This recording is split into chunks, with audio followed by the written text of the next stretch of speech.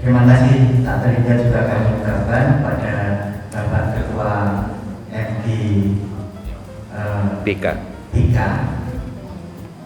Apa ya BK? Kalau BK-nya bimbingan konseling Musyawarah Guru. Musyawarah Guru bimbingan dan konseling seluruh kota SMA, MA, SMK dan MA ya, seluruh kota Magelang. Terima kasih sekali. Dan tentu saja Ibu Bapak yang telah berkenan hadir di tempat ini, terima kasih. Saya atas nama UPN Trans Yogyakarta tentu saja berharap semoga sosialisasi yang kita lakukan pada siang hari ini nanti bermanfaat, dan kami mohon nanti diteruskan disampaikan kepada adik-adik. Semoga nanti semakin banyak putra putri Ibu Bapak yang tergabung di tempat kami. Itu harapan kita, dan kami juga mohon maaf tidak tadi ada warning dari pimpinan bahwa semoga silaturahmi ini tetap terus terjalin di masa-masa yang akan datang, dan ada hubungan yang harmonis antara UPN dengan para guru maupun para kepala sekolah di seluruh kota Magelang. Mohon berkenan saya akan menyampaikan beberapa hal Ibu Bapak, bahwa kami mulai tahun 2014 mohon maaf Bapak saya kita berbarengan dengan Universitas Tidar. Kalau di Magelang itu dinegerikan, menyebutnya itu dinegerikan bersama 35 perguruan tinggi yang tersebar di seluruh Indonesia. Itu kita menyebut PTNB jadinya, itu mulai tahun 2014, tepatnya tanggal 6 Oktober. Itu ada 35 perguruan tinggi di Indonesia yang dinegerikan, kita menyebut PTNB atau PTN baru. Salah satunya UPN Trans Yogyakarta. Perjalanan panjang UPN Trans Yogyakarta memang berganti-ganti, termasuk dalam pengelolaannya. Awal kita itu berdiri tahun 1958, Akademi Pembangunan Nasional yang didirikan melalui SK Menteri Urusan Veteran. Waktu itu mungkin seumuran saya itu belum ada bapaknya. Kalau Ibu Bapak mungkin hanya beberapa yang sudah lahir itu ya. Itu tanggal 9 Oktober tahun 58 berdirilah Akademi Pembangunan Nasional Veteran Yogyakarta. Ikon veteran ini yang kita ambil. Veteran itu kan pejuang ya, yang ikut berjuang dan tanpa pamrih. Itu yang kita ambil sebagai ikon. Awal mula UPN Veteran Yogyakarta itu berdiri terpusat di Yogyakarta. Itu ya. Sampai saat ini UPN Veteran Yogyakarta ada 3 UPN yang ada di Yogyakarta dulu pusat, kemudian mendirikan dekanat yang ada di Jawa Timur. Namanya UPN Jawa Timur. Itu dulu dekanat dari atau cabang dari UPN Jogja. Setelah berkembang kemudian berdirilah UPN yang ada di Jakarta. Tapi saat ini itu di sebelum tahun 2014 masih di dalam satu yayasan di bawah Kementerian Pertahanan, Yayasan Pendidikan dan Perumahan bawah Kementerian Pertahanan dalam satu yayasan. Tapi saat ini setelah penegrian kita masing-masing berdiri sendiri di bawah Kementerian Pendidikan dan Kebudayaan untuk pengelolaan pengajarannya atau pendidikannya. Kebetulan semua perguruan tinggi di Indonesia itu ada istilah kita ada di bawah 2 kementerian. Satu untuk pendidikan di bawah Kementerian Pendidikan dan Kebudayaan seperti SMA, SMP, Bapak Ibu. Kemudian yang untuk penelitian pengabdian masyarakat itu di bawah Kementerian Ristek namanya. Jadi kita di perguruan tinggi itu ada 3 hal yang harus dikerjakan: pendidikan, penelitian, dan pengabdian masyarakat. Kita masih di bawah 2 kementerian. Tapi untuk pendidikan, terutama kaitannya dengan core bisnis dari sebuah perguruan tinggi itu adalah pendidikan dan pengajaran, itu tetap satu atap dengan Bapak Ibu di bawah Kementerian Pendidikan dan Kebudayaan yang saat ini dipimpin oleh Mas Menteri Nadiem Makarim yang luar biasa. Kami juga sama Ibu Bapak, ini masa-masa untuk pengajuan kurikulum baru, kurikulum Merdeka Belajar, kurikulum Merdeka ini luar biasa, kita banyak hal. Kemudian tahun 65 kita melalui SK bersama antara Menteri Urusan Veteran, kemudian Menteri Perguruan Tinggi dan Ilmu Pengetahuan, kita berkembang menjadi UPN. Jadi UPN itu sampai saat ini kita di dalam Dies Natalis itu tiap 5 Desember itu sebenarnya diambil dari tahun 50 itu dari UPN itu. Baik, kemudian tahun 77 UPN mulai tahun 77 dulu di bawah Kementerian Pertahanan itu berbentuk perguruan tinggi kedinasan. Kedinasan itu kalau dulu istilah kita negeri, tetapi tidak 100% di bawah Kementerian Pendidikan dan Kebudayaan, tetapi di bawah Kementerian Pertahanan. Tetapi berbeda dengan akademi, kalau dulu menyebutnya akademi, kalau sekarang akademi itu berbeda, karena di UPN itu mengajarkan tidak hanya berbasis kemiliteran, tetapi menyeluruh. Jadi semua keilmuan, baik ilmu pengetahuan maupun teknologi diajarkan. Nah saat ini UPN Tanjung Jakarta mulai tahun 2014 itu kita berubah menjadi negeri di bawah Kemendikbud. Ini juga sebuah kebaruan, gitu ya, sebuah hal yang baru. Kita juga mulai berbenah. Jadi kalau tadi Bapak Kepala Sekolah mengatur Mendikbud kalau sudah lama, tetapi sekarang ini kita juga mulai baru mau belajar kembali menjadi negeri. Mohon maaf Bapak, memang perguruan tingginya sudah lama, tetapi pengetahuan tentang penegrian ini baru beberapa tahun ini. Kita melalui masa transisi hampir 6 tahun ini juga masih banyak hal yang perlu kita perbaiki.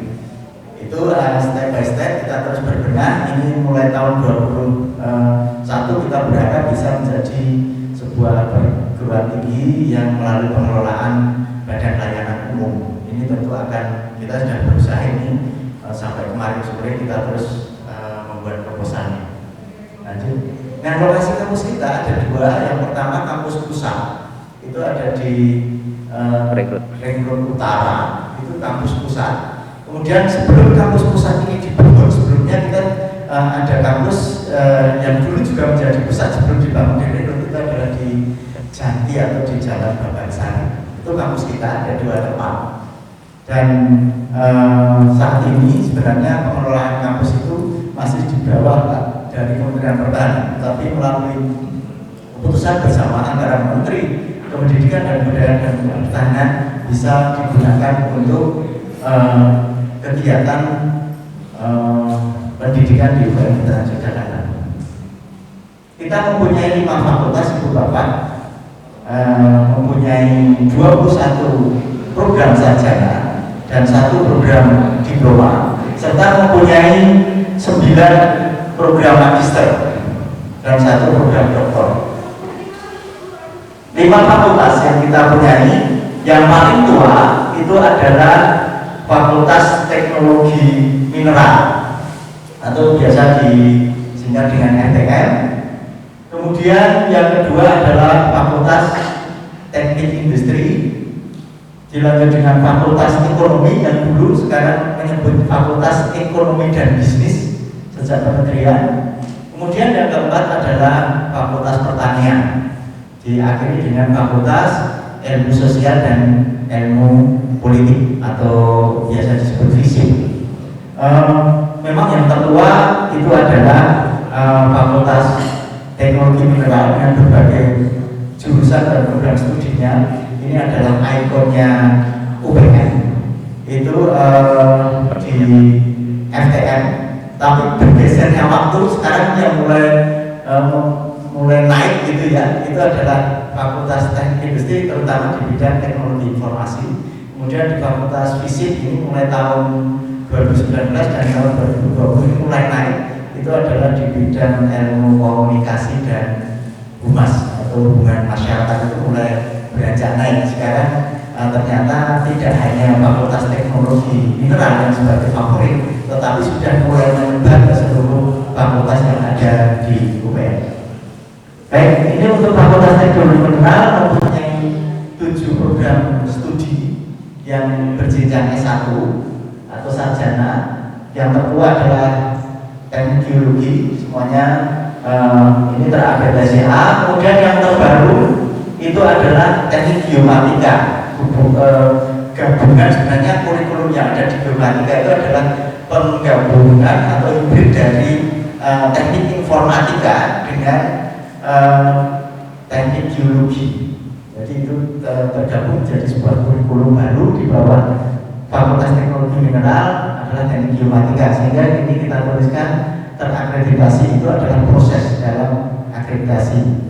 Kemudian kakaknya adalah teknik metalurgi, ini juga baru di kita, baru 2 tahun ini kita menerima, jadi belum meluluskan lulusan.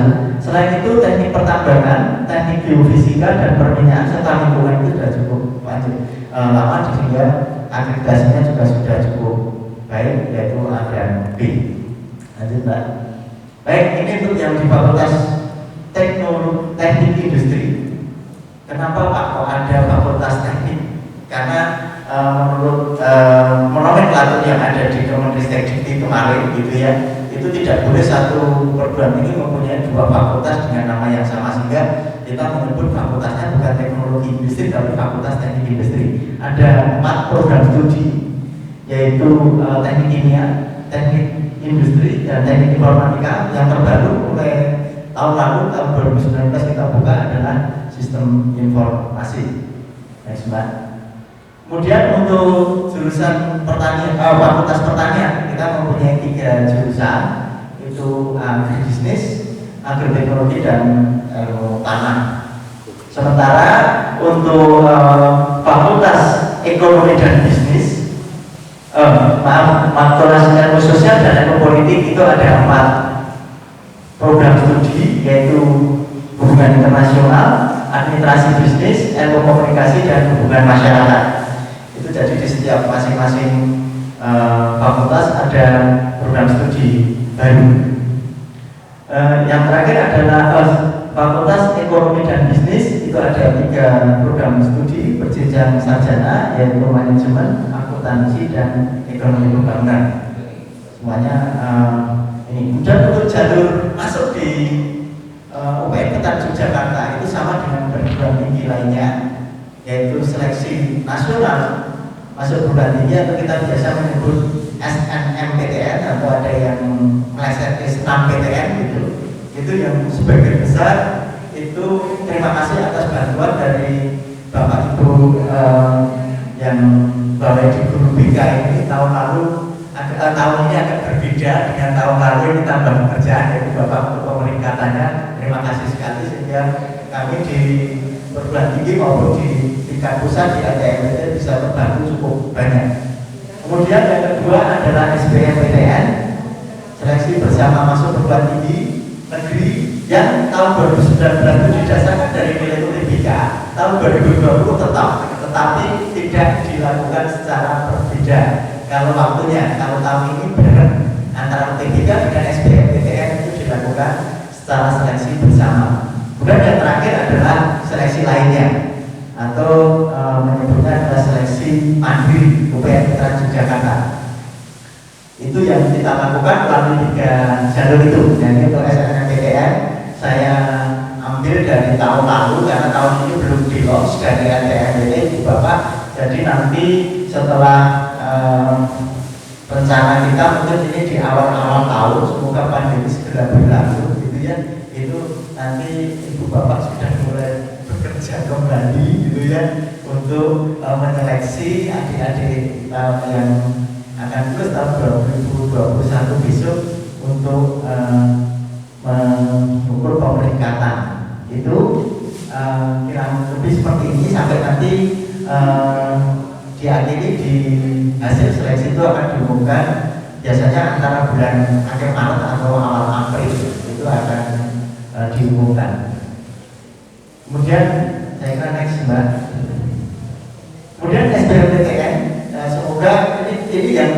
agak rumit untuk tahun ini. Saya ikut serta di dalam kepanitiaan di pusat maupun di perguruan tinggi.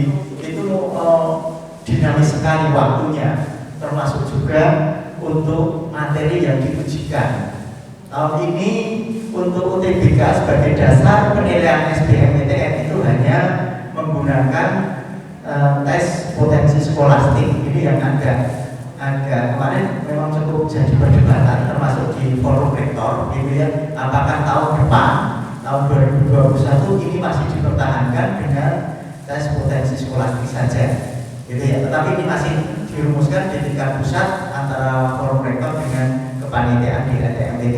Karena tahun 2019 kita ada 2 tes yang dilakukan, adalah TPS tes potensi skolastik dan TKA tes kemampuan akademik, gitu ya. Tapi kalau berbekal tahun, semoga aja pandemi ini tetap berlalu, karena kalau tidak, kemungkinan besar masih dipertahankan dengan TPS saja. Gitu. Kalau perguruan tinggi sebenarnya akan lebih nyaman itu kalau dengan kombinasi antara TPS dan TKA, karena akan lebih mempresentasikan seorang siswa, calon mahasiswa itu tentang prestasi yang dipunyai. Gitu aja. Oke. Ini untuk sistem UTBK tahun 2020 tadi saya sudah sebutkan hanya ada 1 tes TPS. Kemarin aja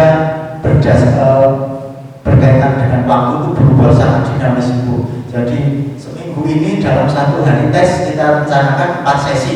Jadi pagi itu 2 sesi, siang nanti 2 sesi lagi. Ternyata menurut Menteri Kesehatan tidak diperbolehkan, akhirnya harus diubah menjadi 2 sesi, hanya sesi pagi 1 sesi siang 1 sesi. Sehingga kita ubah banyak pendaftar yang sudah terlanjur mengikuti atau mencetak kartu peserta untuk sesi yang itu. Akhirnya banyak juga, kemarin ada problem, tapi hasil koordinasi di panitia pusat semuanya harus terakomodir, sehingga ada beberapa calon mahasiswa itu yang ada di kita kolektifkan di satu waktu tertentu dengan untuk menanggulangi hal-hal yang tadi terlambatan dan seterusnya. Itu kaitannya dengan UTBK. Baik, ini untuk selanjutnya adalah seleksi kita untuk seleksi mandiri di UPN Veteran Yogyakarta Next. Nah, itu ada 3 jalur yang kita pakai untuk seleksi mandirinya UPN. Yang pertama adalah jalur penerimaan melalui prestasi atau kita menyebut PJW. Prestasi yang kita akomodir ini baru kita ambil per tahun ini, itu adalah di bidang olahraga, di bidang penalaran seperti OSN dan seterusnya, itu kita menyebut di bidang ilmu pengetahuan dan teknologi.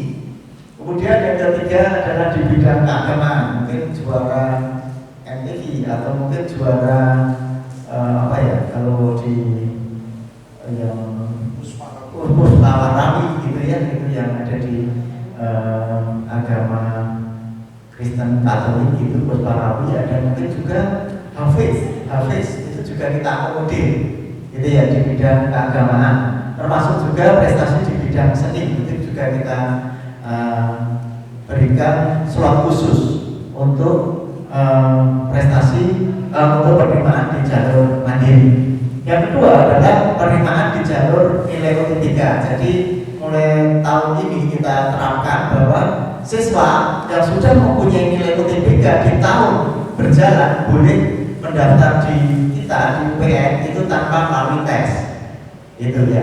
Tetapi memang kesepakatannya adalah di tahun berjalan, tidak tahun sebelumnya.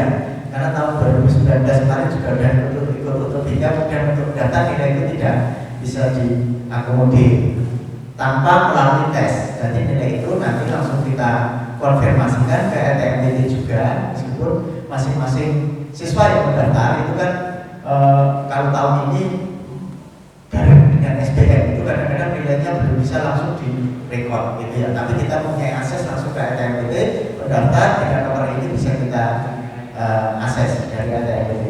Kemudian yang terakhir adalah penerimaan dengan jalur ujian tulis berbasis cetak. Kita masih melakukan, meskipun protokol COVID tetap kita kedepankan. Yang nomor 1 itu ya, kemarin kita tetap menyelenggarakan untuk siswa-siswa yang masih berkenan hadir di tempat ujian kita melalui tes langsung atau tes cetak itu kita akomodir. Kebetulan untuk tahun ini kita hanya menyelenggarakan di 3 kota untuk tahun ini.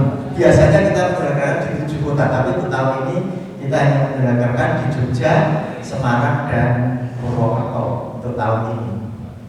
Ya, ini adalah alur pendaftaran untuk jalur prestasi. Jadi siswa yang sudah mempunyai prestasi itu direkod, kemudian bayar biaya pendaftaran untuk tahun 2020 ini kemarin kita 200.000. Kemudian dia mengupload dokumen-dokumen pendukung dari prestasi dia, dari sertifikat, foto menerima medali misalnya itu di upload. Kemudian juga kita menginginkan sebuah praktek gitu ya, itu juga diupload video dari kegiatan yang dipunyai oleh masing-masing calon mahasiswa itu.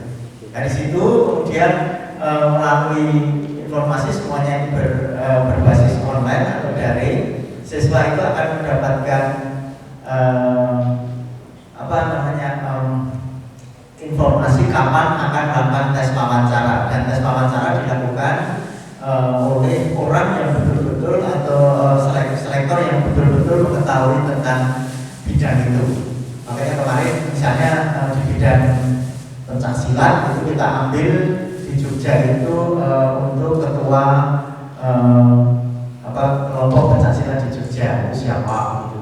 Nanti kita ambil sebagai salah satu untuk informasi, termasuk nanti untuk bidang keagamaan itu juga kita ambil beberapa ahli di bidang itu. Kemudian kita lakukan tes wawancara melalui daring, kemarin melalui media Zoom itu kita lakukan tes wawancara. Itu untuk jalur prestasi sampai siswa itu langsung kita umumkan. Nah, pengumuman biasanya untuk jalur prestasi ini kita berikan di awal, sehingga kalau misalnya seorang siswa belum diterima di jalur prestasi, masih memungkinkan untuk mengikuti jalur selanjutnya, misalnya jalur UTBK, nilai UTBK atau nanti jalur UTBC. UTBC memang tahun ini adalah yang terakhir, kita ambil yang terakhir, tetapi karena kebetulan kemarin itu cukup padat, termasuk tes yang dilakukan oleh rekan-rekan kita di Jogja, KIC, UNY, dan UGM hampir berbarengan, sehingga kita untuk pengumuman jalur nilai UTBK dan jalur nilai UTBC itu kita barengkan. Ini adalah jalur untuk nilai UTBK, sama kalau sudah mempunyai nilai langsung saja mendaftar, kemudian mendapatkan nomor, mengisi beberapa persyaratan. Dari beberapa persyaratan yang dipunyai itu nanti kita akan konfirmasi ke LMIT untuk mengambil nilai yang diperoleh oleh masing-masing siswa. Nah, kalau untuk jalur UTBC ini khusus, jadi kita menyelenggarakan secara tertulis tesnya di 3 kota tadi, kemudian kita akan ambil ada beberapa siswa yang mendaftar 2 jalur UTBK dia masih mendaftar, kemudian jalur UTBC juga mendaftar. Nah, nanti di jalur UTBK dan UTBC nanti kita akan lihat nilainya mana yang tertinggi gitu ya, untuk memenuhi program studi yang dituju. Jadi yang dinilai di antara nilai yang kita ambil adalah nilai yang tertinggi di antara 2 jalur tersebut untuk calon satu siswa. Lanjut, Mbak. Oke, nah ini masih berbekal tahun lalu, Bapak Ibu semua, bahwa kita untuk jalur SNMPTN itu kita mengambil 20% dari kuota kita, itu sebesar 1.160. Kemudian yang terbesar memang dari jalur UTBK SBMPTN kita mengambil 50%, itu sekitar 1.782 calon. Yang terakhir 30% kita ambil adalah dari jalur seleksi mandiri, itu sekitar 1.160. Ini adalah kuota yang kita ambil untuk UMN Trans Jogja. Sementara ini adalah kuota untuk masing-masing prodi, diambil persentase tadi. Jadi untuk jalur SNMPTN kita mengambil 20%, jalur SBMPTN UTBK kita mengambil 50%, kemudian yang jalur mandirinya adalah 30%. Next, Mbak. Nah, ini memang ada sedikit fenomena Ibu Bapak. Saat di awal-awal dulu kita memang animunya cukup tinggi, tetapi di tahun ini kita ada penurunan. Bahkan dari tahun 2017 ada penurunan. Ternyata setelah kita lihat di masing-masing perguruan tinggi seluruh Indonesia, termasuk juga berdaftar dari LTMPT sendiri yang menyeluruh, itu terjadi penurunan pendaftar untuk tes di masing-masing perguruan ini. Kita ambil dari seluruh jalur yang kita punya, gitu ya. Jadi ada SNM, ada SBM, dan ada SM. Itu tahun ini ada penurunan sekitar 0,6%. Kalau dibanding dengan tahun 19 memang cukup banyak, sekitar 7% penurunan kita. Ada apa ini? Ternyata setelah kita lihat, ternyata di tahun 2019 itu calon pendaftar itu boleh tes 2 kali di setiap terutama untuk seleksi di jalur P3 itu bisa tes 2 kali gitu. Meskipun nanti yang akan digunakan itu kan masih hanya 1 nilai. Inilah fenomena yang kita ambil. Next, Mbak. Nah, ini adalah rekapitulasi keketatan di tahun 2020 ini. Itu yang tertinggi keketatan yang kita kalkulasinya adalah di prodi ilmu komunikasi, itu 1/23, dan diikuti dengan pertambangan itu 1/22, dan seterusnya. Ini adalah keketatan antara pendaftar di 3 jalur SNM, jalur SBM maupun jalur mandiri. Total dari BCT nilai W3 dan W3C itu tertinggi ini. Dan yang terakhir memang ini kita selenggarakan hanya dalam 1 jalur seleksi mandiri saja. Setelah seluruh rangkaian penerimaan mahasiswa baru jalur sarjana, program sarjana kita selesaikan, baru kita membuka untuk jalur di program D3. D3 cukup keketatannya cukup rendah, itu kan hanya 1 jalur, yaitu pakai tesnya U3 kemarin ini. Itu adalah 1/2. Untuk D3 nya ini kebetulan cukup peminatnya juga cukup bagus, meskipun saat ini memang fenomenanya perkuliahan di jalur diploma 3 itu kurang menarik lagi dengan adanya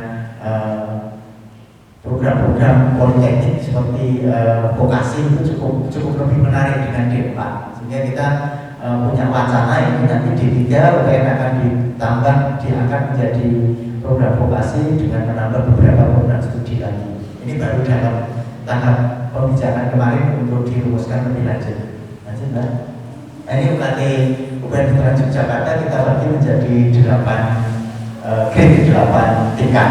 8 tingkat. Yang terendah adalah 500. Dan ini menurut kebijakan dari kementerian, memang semua UKT itu harus ada yang diakomodir, sehingga kita juga cukup banyak yang mempunyai UKT 500, cukup banyak. Kemudian UKT tertinggi itu juga pasti ada, meskipun prosentasenya paling kecil, itu hanya sekitar tidak sampai 1%. Kita tetap mengakomodir karena semua UKT dalam sebuah perguruan tinggi itu memang harus diakomodir. Itu sih. Kemudian ada juga untuk sebelumnya ada program bidik-misi yang tahun ini kita dirubah oleh Kementerian menjadi KIP kuliah.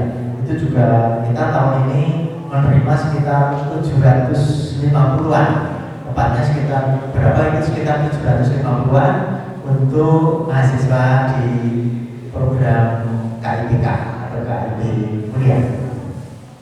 Dan cukup banyak juga Ibu Bapak nanti bisa diinformasikan kepada adik-adik calon pendaftar bahwa kita cukup banyak sekali beasiswa, gitu ya, termasuk beasiswa yang dari kami sendiri BPA, gitu ya, itu cukup banyak.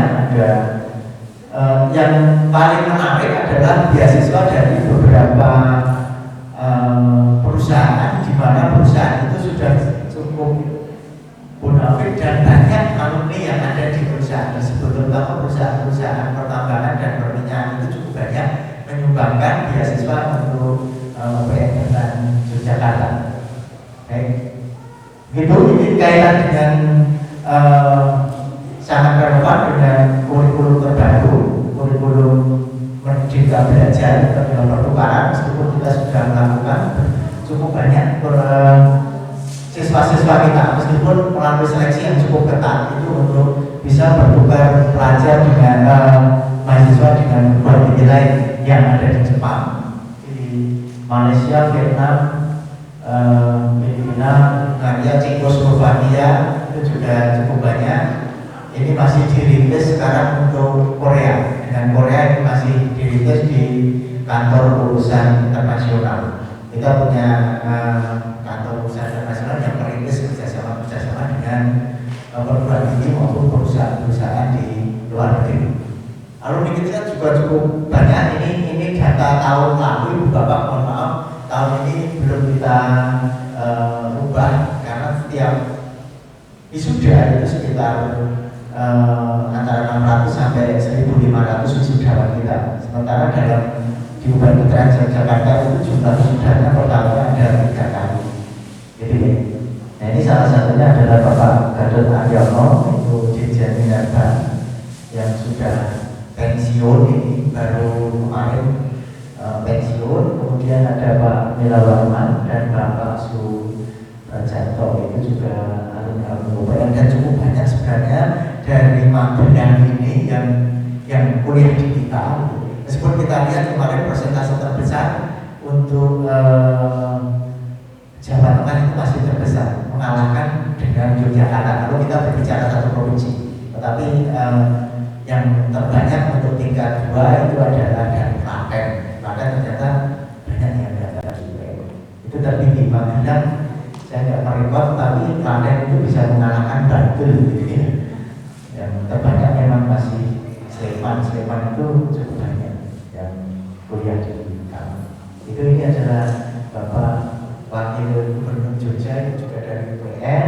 Ada Bapak Sigit Raharjo, ini Ketua Alumni yang saat ini membawa Ketua Alumni UPN Jakarta, dan masih banyak lagi alumni kita. Prestasi untuk mahasiswaan kita juga cukup banyak mengakomodir, gitu ya, ada 27 unit kegiatan mahasiswa yang kita punya, yang sudah sangat banyak prestasi yang mereka lakukan, cukup banyak. Tahun ini kita mulai Selasa besok masuk di Pekan Ilmiah Mahasiswa Nasional yang sekarang diselenggarakan secara daring, khususnya di UGM. Kita akan mengirimkan 2 kelompok wakil untuk kompetisi di Rabu, Kamis sampai Jumat besok. Itu adalah ajang paling bergengsi untuk kompetisi bidang penalaran dan ilmu dan teknologi di tingkat mahasiswa. Kalau di tingkat pelajar atau siswa itu kan OSN. OSN itu rasanya seperti apa ya, kalau di bidang olahraga pekan olahraga pelajarnya gitu. Cuman ini agak repot karena sekarang Komnas saja pekan olahraga mahasiswa itu mau diselenggarakan apa tidak, masih dalam pendekatan. Itu Bapak dan Ibu yang bisa saya aturkan. Nanti untuk selanjutnya ini bisa menghubungi kita kontak yang kita boleh. Ini sebelum saya lupa, masih tetap kita kita abadikan Ibu Bapak bahwa UPN Veteran Yogyakarta tetap mengakomodir jalur afirmasi dari putra-putra TNI, Polri, itu masih kita akomodir. Kemudian juga alumni dari UPN Veteran Yogyakarta sendiri kita tetap berikan slot khusus, meskipun di dalam rancangan seleksi itu tetap nomor 1 adalah dari nilai dulu. Nilai itu adalah utama yang kita tentukan. Baru kemudian nanti ada tambahan atau mungkin ada korelasi tertentu dari beberapa afirmasi. Itu saja yang bisa saya sampaikan. Untuk selanjutnya, monggo Ibu Bapak ada yang mungkin bisa kita sharingkan dalam sesi tanya jawab itu. Monggo. Saya tanyakan untuk yang melalui jalur prestasi, tadi saya melihat ada yang agak lanjut. Tadi disebutkan juga habis belajar. Nanti saya ingin bertanya Pak, kira-kira habisnya itu harus 30 juz atau ada apa ya, kemudian beberapa juz saja gitu, atau atau harus 30? Terima kasih. Assalamualaikum warahmatullahi wabarakatuh. Baik, Ibu. Terima kasih. Untuk tahun ini karena ini baru tahun pertama Bu kita tetapkan 25 juz Bu. J. Dan 20, 25, 30. oh ada 20, 25, 30. ada 20, 25, 30. Tetapi itu ada grade-nya Bu. Jadi penilaiannya kan nanti ada grade-nya gitu Bu. J. Itu ya Pak Freddy. Itu. J. Pak Jarod. Apa? Pak Jarod.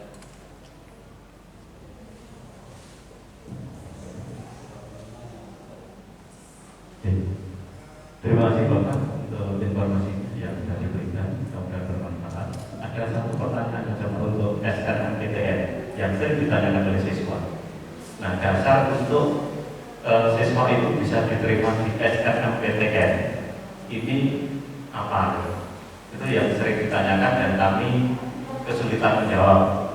Mungkin di UPN sudah berpengalaman, apakah itu UPN hanya menerima perempuan dari panitia pusat ataukah mungkin UPN ada seleksi sendiri atau kriteria sendiri untuk masuk melalui SNMPTN. Terima kasih. Terima kasih Pak Jarod.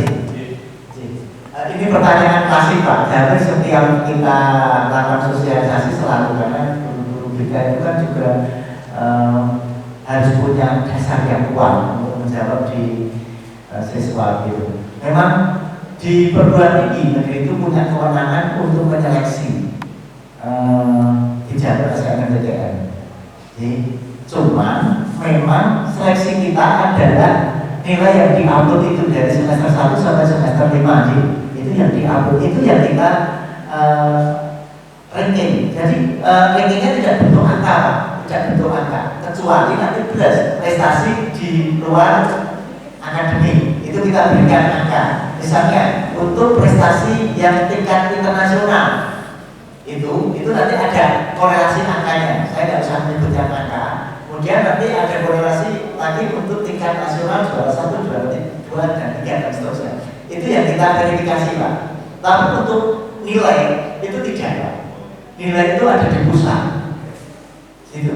Jadi ini juga di informasi dari pimpinan kita itu juga masih jarang perdebatan karena kalau di pusat itu kan formulasinya tergantung dari akreditasi sekolah. Itu nomor 1 ya, nanti dipakai sebagai pengali.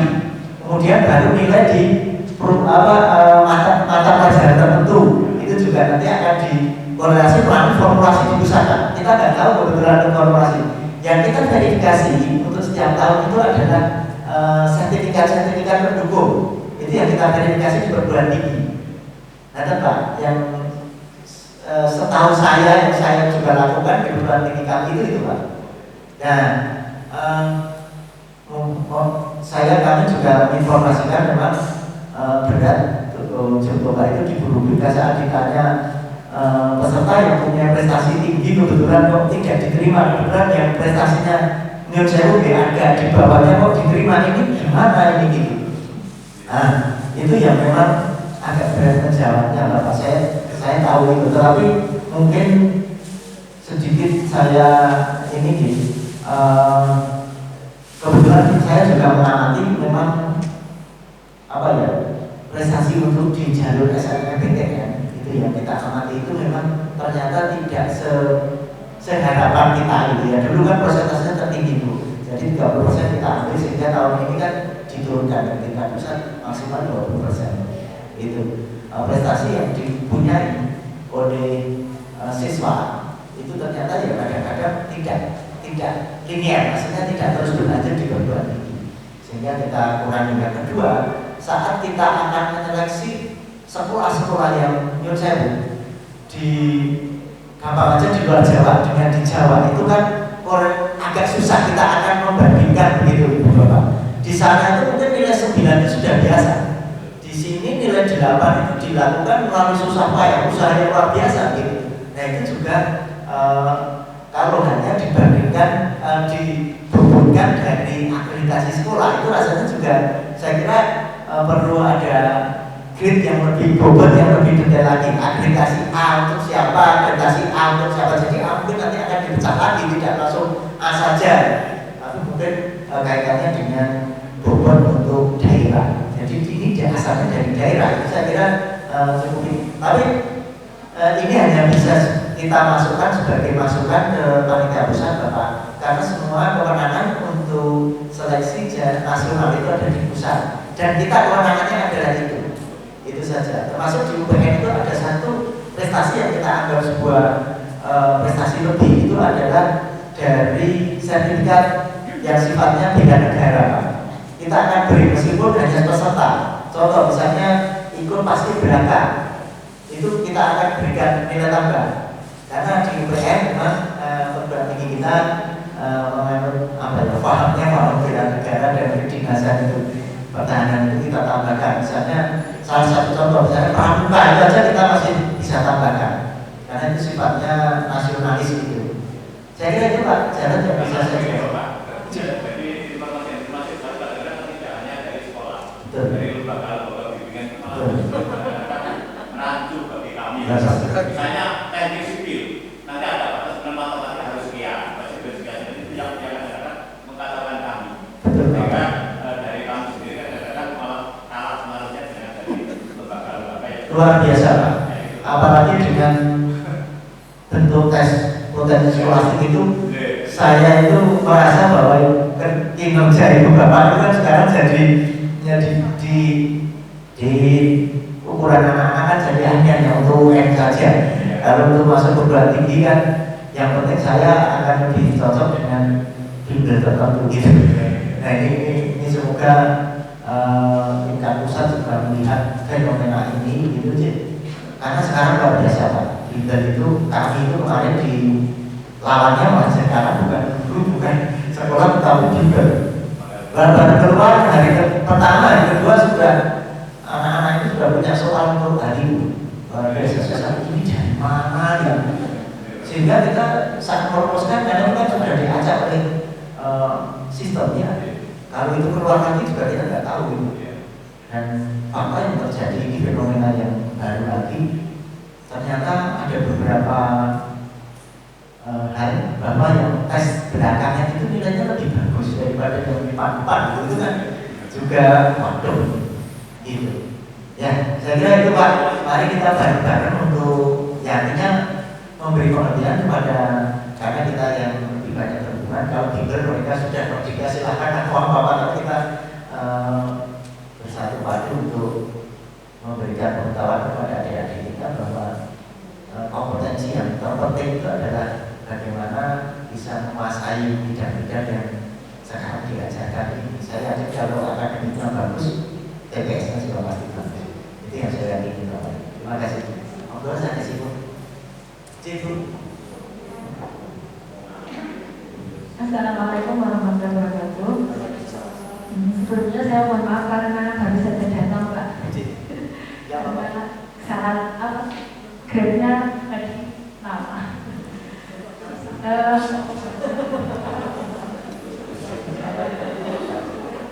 Begini Pak, masih tentang SNMPTN. Kan sekarang usung zonasi gitu ya Pak. Nilainya kita jadikan hidup juga gitu kalau yang SMJ itu tingkatannya dan tingkat SMA bukan itu kebetulan untuk UTBK, SKM itu tidak mengenal itu. Cuman mungkin nanti coba kita saya akan kalau ketemu itu sistem sebenarnya kan yang terpenting adalah bagaimana sistem penilaian di SNMPTN. Bobotnya itu misalnya dikalikan berapa, bobot ini dikalikan berapa. Yang terpenting kan sebenarnya itu yang saat ini masih secret nggak keluar gitu loh, Bapak Ibu. Jadi kami di perguruan tinggi juga saat ditanyakan begitu agak bingung juga, kecuali kalau di seleksi mandiri. Kalau di seleksi mandiri kan kita jelas formulasinya, kita yang merumuskan gitu Bapak. Gitu. Zonasi itu kami tidak mengenal itu Bapak. Yang dikenal setahu saya bobotnya adalah berdasarkan akreditasi sekolah. Dan akreditasi sekolah itu pun sekarang kan ada kuota. Kuotanya kan juga diturunkan meskipun mohon maaf Ibu Bapak, saya melihat ada beberapa fenomena bahwa sekolah itu kadang-kadang ya udah pokoknya masuk semua gitu, faktanya kan begitu itu ya. Meskipun sudah diminta untuk maksimal 25% C, kemudian 50% untuk A dan seterusnya, itu tetap kadang-kadang pokoknya ya kira-kira memenuhi syarat masukkan aja gitu.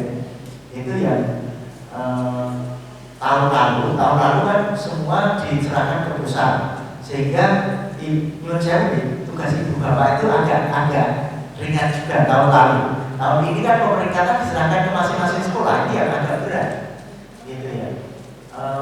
Tetapi setelah dikaji ternyata panitia pusat juga keberatan tahun lalu itu terlalu banyak akhirnya dan kebingungan karena sumber dayanya juga masih terbatas. ATMPT baru dibentuk 2 tahun ini gitu. Jadi saya lihat juga ATMPT masih tersiap-siap untuk menetapkan sistem yang akan dilakukan. Apalagi tahun ini dihantam dengan pandemi, luar biasa lagi. Itu ibu kami hanya itu yang bisa kami memberikan informasi bicara. Monggo yang lain.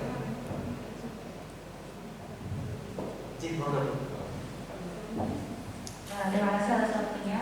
Yang ingin saya tanyakan Bapak terkait UKT, penerapan UKT di UGM seperti apa. Jadi pertimbangannya itu apa saja seperti itu. Dan mungkin bisa diberikan gambaran seperti misalnya contoh program studi ini atau mungkin para UKT di sini itu berapa gitu, Pak. Terima kasih.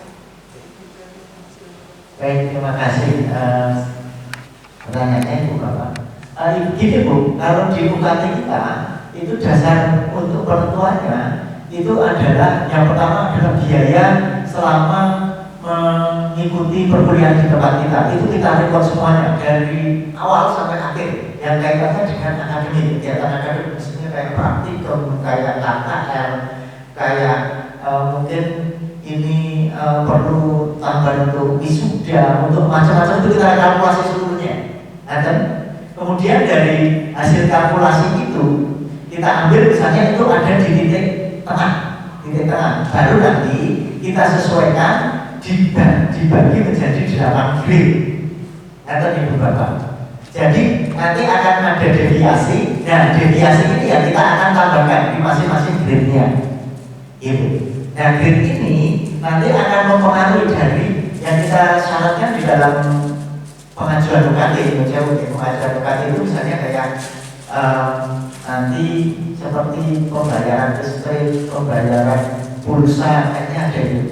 Kemudian ada foto rumah, foto itu Bu, yang kita minta dokumentasinya.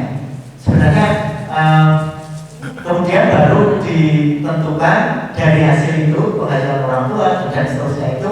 Ini yang fenomena yang sekarang sering kita hadapi itu begini Bapak. Pegawai swasta itu agak sulit kita akan deteksi, gitu ya. Pegawai swasta, pengusaha itu kan pegawai swasta ya. Kadang-kadang yang saya bukan kalau ini kembali ke masing-masing itu kadang-kadang menuliskan penghasilannya itu tidak sesuai gitu Ibu Bapak. Itu sehingga saat kita sudah tentukan misalnya ketemunya di UKT 2 atau 3 ternyata dilihat pakainya ke kuliah pakai mobil, pakai ini, jadi kita juga repot. Itu yang dari kami juga waduh ini salah ini gitu. Dan kita selalu di setiap semua jalur ini setelah diumumkan itu ada sanggah UKT, semua kita berikan untuk sanggah UKT.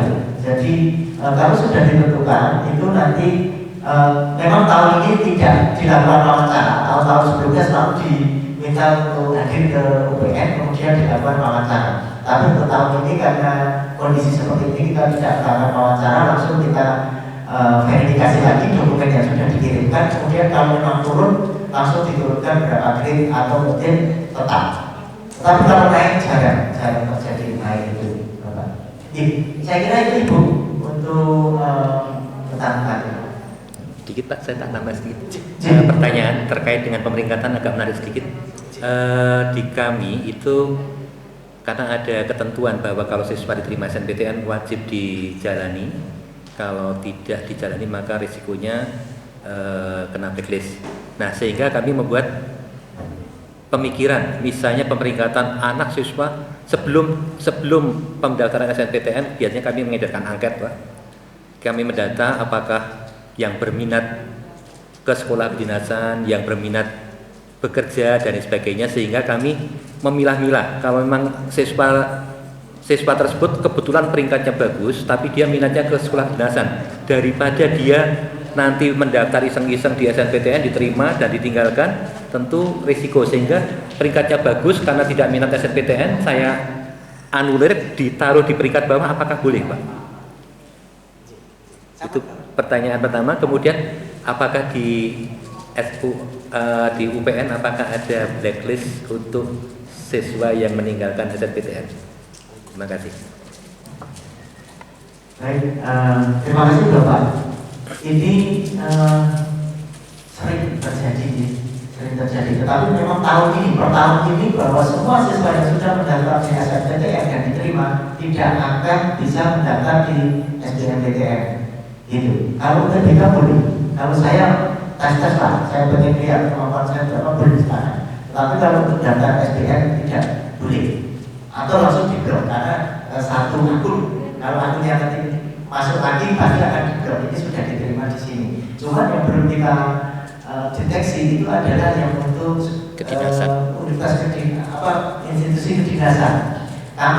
Saya ini baru saja mungkin bulan lalu itu di telepon ada yang terima di Sandi, ada yang macam-macam, pokoknya ada yang di STAN itu yang belum. Nah ini memang selalu di tingkat pimpinan itu mengusulkan ke tingkat pusat itu ini gimana formulasi yang terbaik gitu. Apakah paling tidak ada seleksi khusus di masing-masing untuk calon siswa ini gitu. Nah, yang bisa kita lakukan di tingkat pusat maupun tingkat perguruan tinggi itu tadi Pak, satu sudah dilakukan adalah tidak boleh mendaftar lagi karena tahun lalu masih bisa Bu. Gitu. Yang kedua itu kalau kami kan sebenarnya sangat dirugikan karena daya tampung kita nanti nggak terpenuhi. Ini juga pasti tendensi baik di tingkat atas itu. Nah di tingkat sekolah itu kan juga biasanya kalau kami memang biasanya baru informasi tidak secara resmi. Mohon berkenan misalnya putra dari sekolah ibu bapak tidak masuk gitu. Mohon informasinya kenapa dan seterusnya begitu. Tetapi memang belum ada punishment khusus misalnya untuk tahun berikutnya kemudian diturunkan itu tidak Pak untuk kami di UPN. Cuma memang biasanya kita deteksi lagi berapa di sekolah mana begitu. Nanti kemudian kita memberikan informasi Pak menurut saya apakah memang di sana ini seperti apa begitu Pak. Kemudian yang kedua tadi terkait dengan mau di atas mau di bawah itu enggak masalah Pak kalau itu, karena kewenangan yang repot itu kewenangan kami itu hanya memverifikasi, kita verifikasi sertifikat saja tanpa nilai itu tidak kita verifikasi Pak dan tingkat pusat itu yang tahu-tahu dan ketemu ini itu Pak. Jadi saya mau memberikan jawaban yang pas juga masih tambah-tambah itu tingkatannya ada 3 sampai ke tingkat ini. Karena jujur saya aturkan ini uji cobanya di ibu bapak untuk program untuk jalur SNMPTN ini. Nanti kan yang makanya ini hampir sebagian besar saya ikut sosialisasi ini ibu-ibu karena katanya ibu-ibu itu lebih lembut.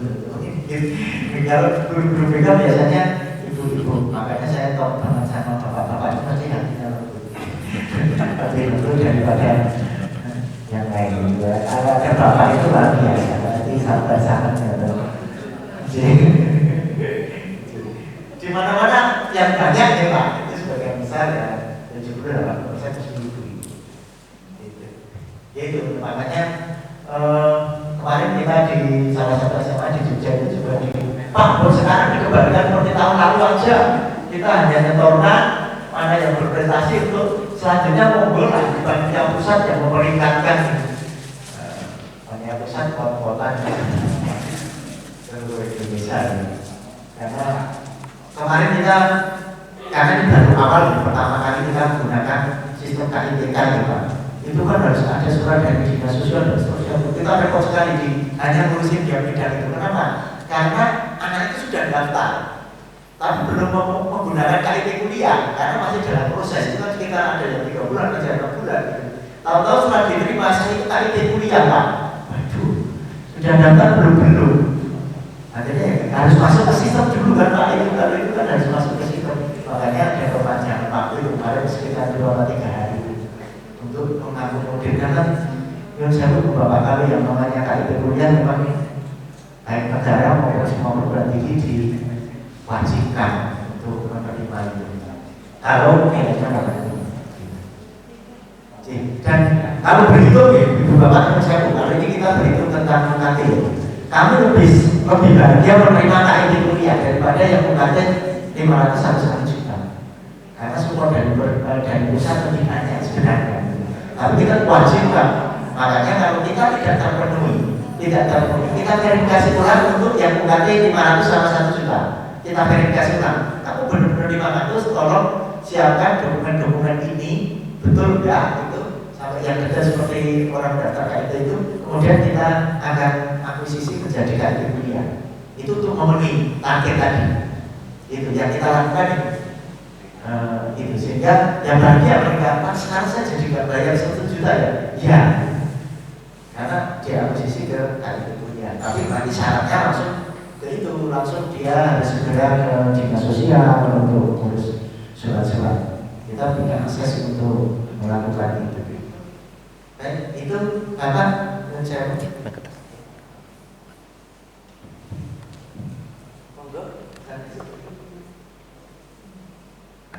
Saya melanjutkan apa yang disampaikan oleh Pak Yudi. Jadi tahun kemarin saya diundang untuk mengikuti sosialisasi LPLMPT di Sahabat UGM. Di sana kalau nggak salah Prof. Budi itu yang mengatakan bahwa ke depan itu sekolah kedinasan itu dimungkinkan akan menggunakan nilai UTBK. Waktu itu ditanyakan seperti itu.